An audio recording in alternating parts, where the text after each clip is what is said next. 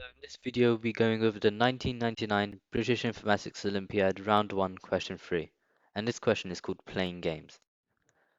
So as you can see in this question, we have Romulus is playing a game which is divided into rounds. At the end of each round, points are awarded depending on the result, and at the end of a game, these points are summed for the final score. Given a final score, Romulus is interested in finding the minimum number of rounds that might have taken place. For example, 3 or 5 points are awarded at the end of each round, and Romulus finished with a score of 15. The minimum number of rounds is 3, each scoring 5. Note that some scores, such as 4, are impossible to obtain in this case. Alright,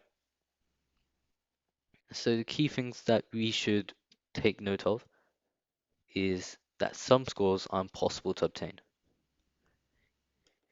We should also consider the fact that we're in particular looking at the minimum number of rounds. And there's going to be a set of scores which are going to be provided to us. As we can just read this program description. Write a program that inputs a list of possible points that can be awarded in a round, followed by a list of final scores. For each final score, you should output the minimum number of rounds that might have taken place, along with the corresponding points scored. The first line of input will consist of a single integer n, denoting the number of possible points that can be scored in a round. The second line will consist of n integers between 1 and 500 giving the possible points. Note that the numbers in the second line will not necessarily be sorted. The third line of input will be a single integer m, indicating the number of final scores to be considered. The fourth line will give the m final scores to be considered between 1 and 1000. Your output should consist of m lines, one for each of the final scores. Each line should contain a minimum number of rounds, followed by a corresponding example set of points. You should follow the format given in the sample run. Note that the example set does not be sorted. So, for example, we could give 1 times 5, 2 times 3, 2 times 2, or 2 times 2, 1 times 5, 2 times 20. It doesn't matter the order. If it is not possible to produce a given score, you should just output impossible on that line. Okay, so the first thing we have to do, we have to see what logic are we going to require for this. And the best way to do that, in my opinion, is to take care of the small cases. Let's say we have possible scores of 1, 2, 3, and 7. And then we have target scores of 10, 4, 5, and 16. Alright, so what's the first thing we're going to do? We're going to say, well, a good question to ask perhaps is, what numbers can be found and what numbers can't be made? So if you take 0, for example,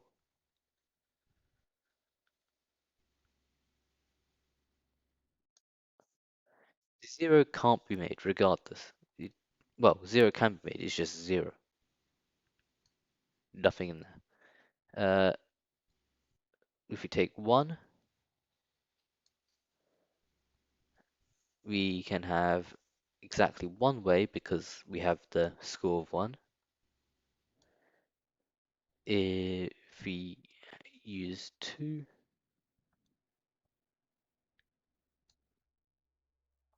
we then get an exact of, we get 2 ways, but the shortest way only uses the score 2. So we're going to say that has a length of 1.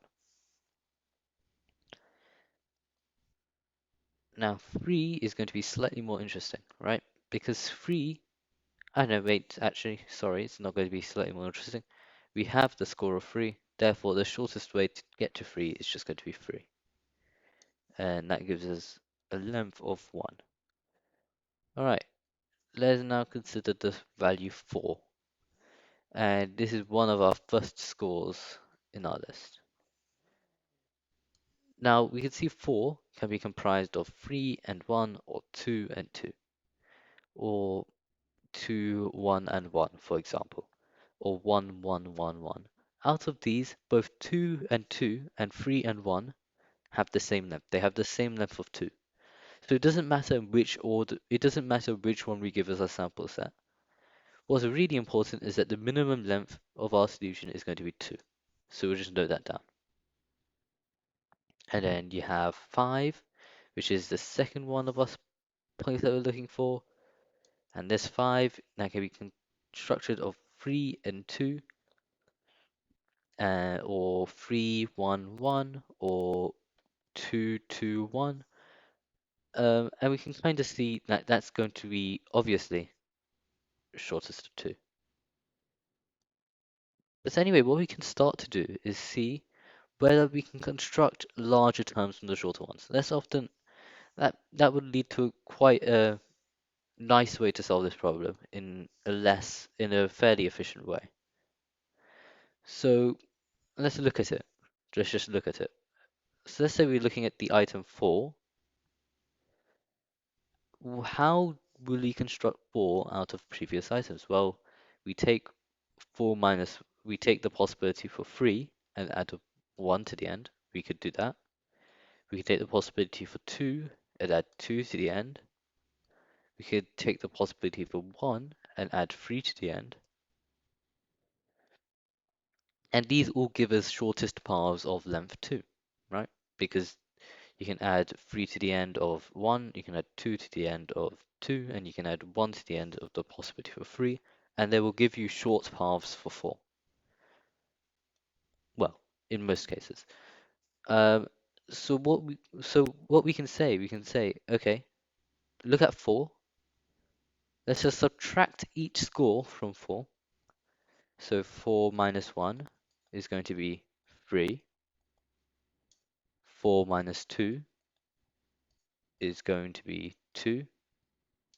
And 4 minus 3 is going to be 1. Now what we do, we take what we see, what are the values at 3, 2, and 1? What is the length of the sequences we're looking at? At the positions 3, 2, and 1. And in this case, the length is 1, and the length is 1, and the length is 1. I mean, if you had a more interesting example, let's say for a certain values of score, we had 2 is to construct it, we had to have a length 2 sequence. That just allows us to analyze it slightly better. Well, then this sequence, 2 plus 1 is 3. So obviously this 4 possibility, this shortest 4 possibility, will not have this 2 sequence followed by another 2. So we can eliminate that. Instead, we can take one of these two options, and then these two, adding 1 to the end, will produce the shortest option for 4. Um, and because we're looping over previous values, and we can generate all terms late in the sequence from previous values in the sequence, it's time for dynamic programming again. And for those of you who aren't familiar with dynamic programming, it's the process of creating an array which stores all the current values. So we're going to call it DP, and it stores all the values from a base case. So base case, and the base case is typically going to be when it's 0 or when it's 1. But it doesn't really have to be 0, 1. It's just any case which you can say, oh, this is going to be either my smallest case or my largest case, and I know the value for this. I know what this is going to be. And then we iterate upwards. We say, okay, if the base case of 0 gives me some value, let's say x, then this case 1 will give me a value of y. And then this case 2 will give me a value of z. And we use the previous results in the array to help inform us of what our next value is going to be.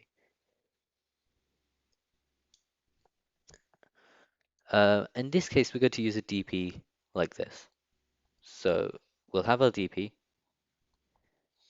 As I've just mentioned, our base case will be 0.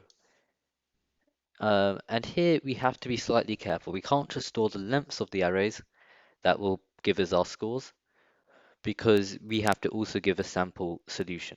So therefore, we have to store solutions. So what should we do for 0? well, we can define an empty list or array that is at position 0 and says, okay, for 0, when the target is 0, there are 0 coins in here. And then what we can do, we could say, okay, what is the maximum target?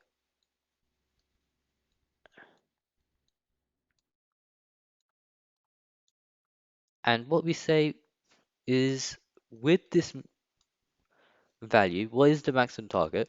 We have to add to this dynamic programming array, this DP, that many empty arrays as our initial values. So let's say our maximum target was 7. So we'd go 1, 2, 3, 4, up to 7. So there's going to be 7 extra arrays. And this is so that we can say, okay, if if this position is empty, we know that there's no possibility for it. Well, we know one of two things anyway. We know either there's no possibility for it, or that it's 0, because zero's only possibility is just an empty array. So we will have to consider that when coding, which in the code, which I'll show you shortly. But what we can say for the time being is each one of these tells us that this position we haven't currently got a possibility which allows us to say, okay, this is how to create this target score. And at the beginning, we don't because we haven't calculated anything yet. So the next thing we do is then we say, all right, let's say this is the value 1, for instance. And what we'll do, and what I've sort of hinted at earlier, is say, okay, let's take each score,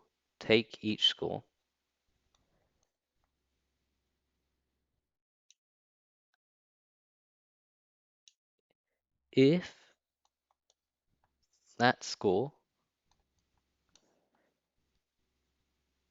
is equal to 1, well, we simply just take, then that array is simply going to be, the array representing 1 is simply going to be that score. Well, if the score is equal to 1, then it's just going to be 1, right? So if that score is equal to 1, we say the array is score because that's going to be the minimum possibility.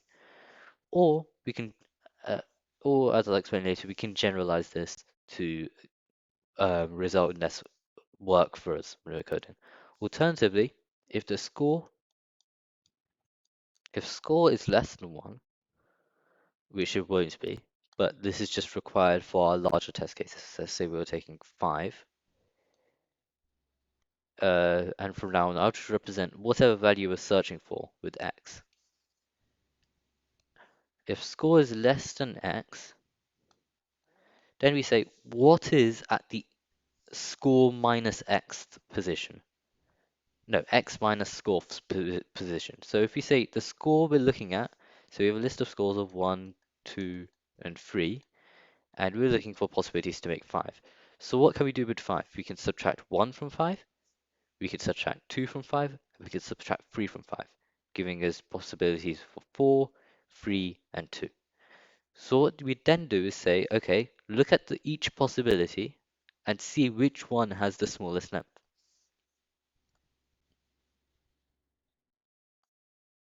Check first if it's smaller than the current, if smaller than current.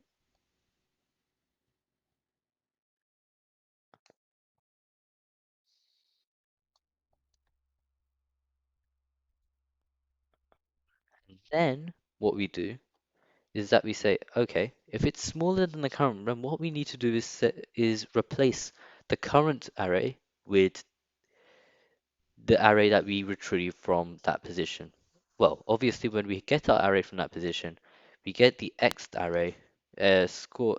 We get the x minus score position in the array, and that will give us an array saying, okay, what is the sequence at that position? And then we just plus score to it. We just add score to the end. Obviously, if we check first if it's more than the current, we have to say if the current is empty, we then check X, Y. We then just replace it automatically.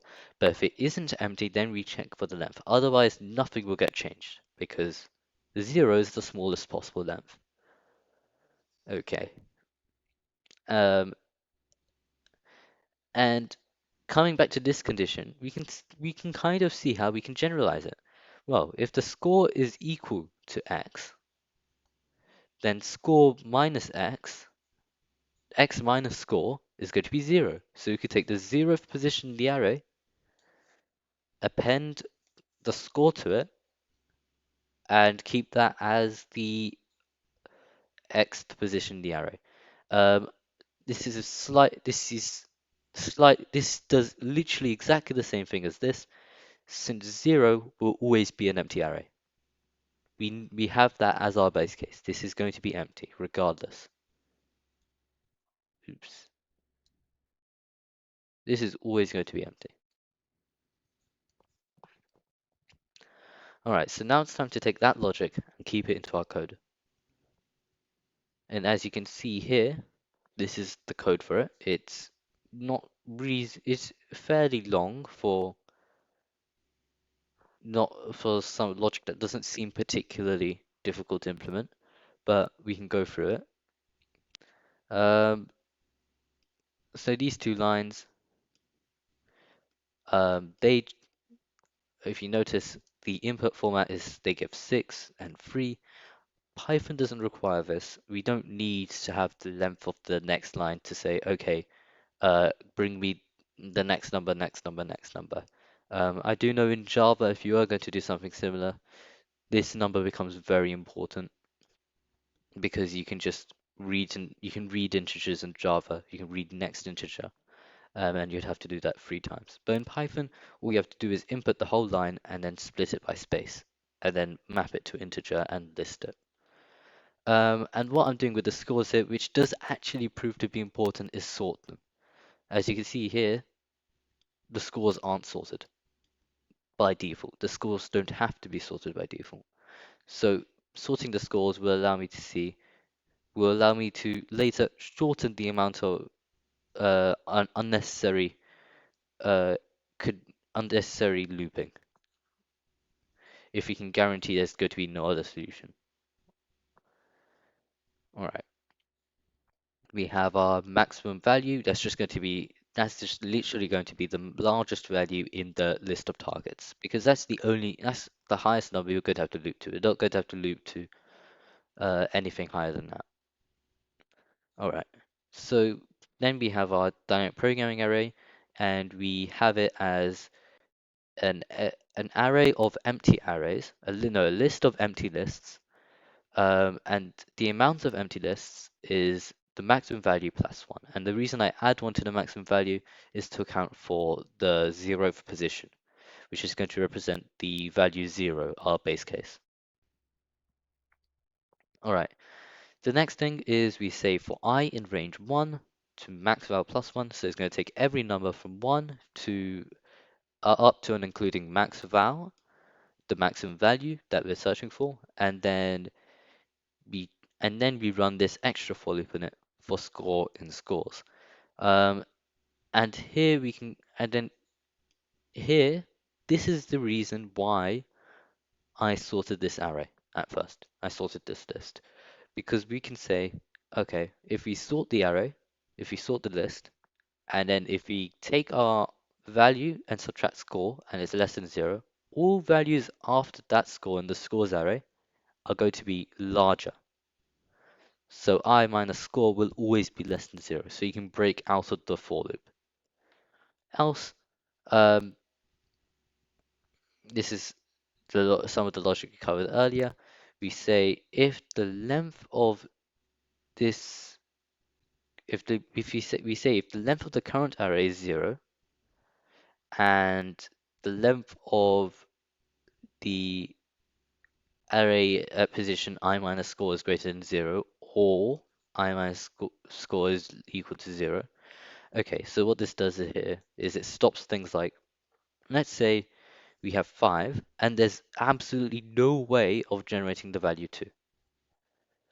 But 2 will have the smallest length out of all the given arrays of 1, 2, and out of 2, 3, and 4. 2 will have the shortest length.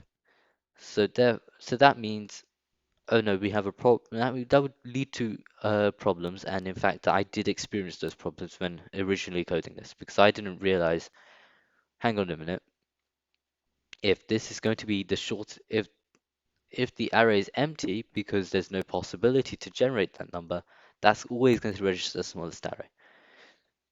So this handles that case. So it handles the case where the length of the array at that position is greater than 0, but we also have to allow for adding a score directly to 0. If let's say uh, there was a score of 3 and then we're getting the third value, we should be allowed to do 3 minus score is equal to 0, take the 0th array, which is going to be empty, and then append the number to it. So that just covers that. We then define this variable k. It doesn't particularly matter what we call it, and we keep it as a list of the array at the position I minus score in the DP.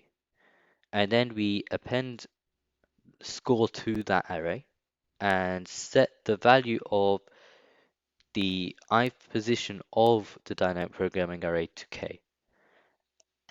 This else condition is either if the length of the DP at that position is not 0, as in there's already been a possibility that's been calculated for it that we will have to take into account, or if this condition is not satisfied. Um, all right, so then we say the current length is the length of the DP at that position. And we say if the value of I minus score is equal to 0, or 0 is less than length of DPI minus score. Well, we can see that's quite basically equivalent to this condition. Well, it's exactly equivalent to this condition, except I've just swapped it around. Uh, and then we say, and the length of DPI minus score is less than the current length minus 1. Um, yeah, so because if you're adding stuff to the list at this point, that's going to increase its length by 1. If that length is going to be the same as the length of the sequence currently in the dynamic programming array, there's literally no point updating it, so we can just safely ignore it. So we could say if it's less than the current length minus 1, as in the largest it's ever going to be if you add one term to it is 1 less than the current length, then yes, we should update it because it's going to result as getting a shorter answer. Then we do pretty much the same thing we did here, where we take the list of the dynamic programming array at the position I minus score, we append score to the list, and then we set the value of the ith position of the dynamic programming array to k. Okay, and here's just a final bit of looping for the output. We say if target is equal to 0, print 0, because it's 0 coins and there's nothing in the array to print. So this just allows it to, that just covers that case. Else, we say if the length of the target is equal to 0, well, that means that we just haven't been able to find a possibility for it. Or because we've already considered the case where the target is 0, any other place where the length is 0 of that, where it's just an empty list, means that it's literally impossible for us to find a possibility. So what we do there, we just print impossible. Else, we print the length of it. This end just means it won't send all the possibilities in our sample to the next line. And then for score and scores, we count how many of each score there are. Well, first we check how if it's in the uh, dynamic programming array at the target position, and then we print this. And what this does, it just shows us the um, the count, and then with an X, and then with the score. And then we end that with a space, just so that the other coins in that collection don't get sent to the next line. And then obviously we will need to, and for our next target, we will need to keep a new line. So we just have an empty print statement here. All right, and if we run this, we can see it's actually quite fast to run. Pretty much regardless of the input, as long as it obviously confines to these restraints.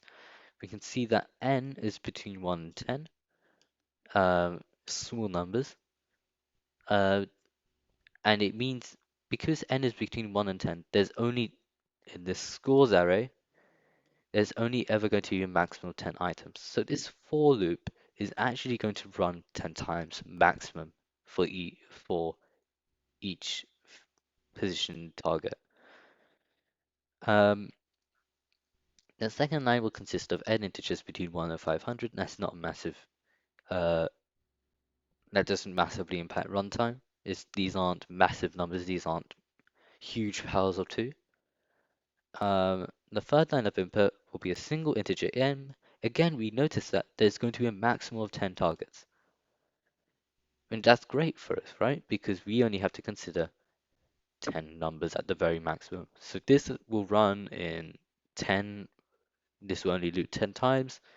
Uh, this max val we can see is only ever going to be a maximum of 1000.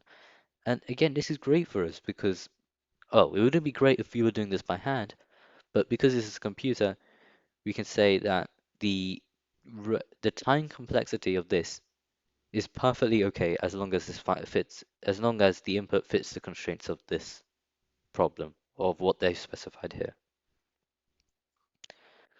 Um, yeah.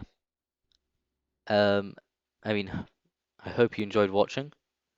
If you have any suggestions for future problems I might try, post them down below in the comments.